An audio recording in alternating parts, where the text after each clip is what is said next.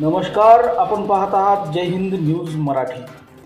अहमदपूर तालुक्यातील नांदुरा, लिंगधाळ, मेथी, सताळा व इतर गावातही अवकाळी पाऊस व वादळ वाऱ्यामुळे फळबागांचे अतोनात नुकसान झाले असून सदरील नुकसानीमुळे शेतकरी हतबल झाले आहेत। महाराष्ट्र राज्याचे सहकार मंत्री नामदार बाबासाहेब पाटील यांनी प्रशासकीय अधिकारी यांच्या लवाजम्यासह पाहणी केली।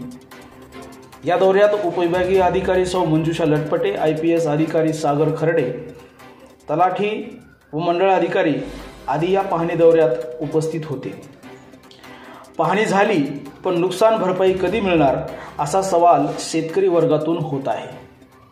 सहकार मंत्री यासाठी तत्परतेने कारवाई करतील अशी आशा शेतकऱ्यातून व्यक्त होत आहे। याबाबत आपण पुढील अपडेट घेणारच आहोत।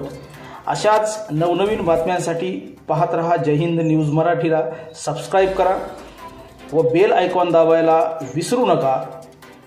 धन्यवाद।